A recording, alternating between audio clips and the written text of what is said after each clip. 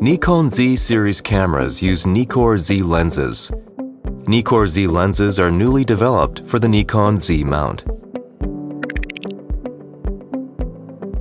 In addition, the FTZ mount adapter gives you access to around 360 Nikkor f-mount lenses. Type G and E lenses can be mounted directly on the adapter.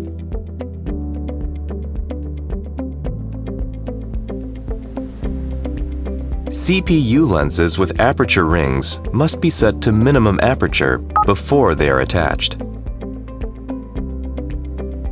Manual focus AI lenses and other non-CPU lenses can be used in aperture priority auto and manual exposure modes. Aperture is adjusted using the lens aperture ring. The mount adapter gives users of Nikon Z series cameras access to a rich selection of Nikkor F mount lenses.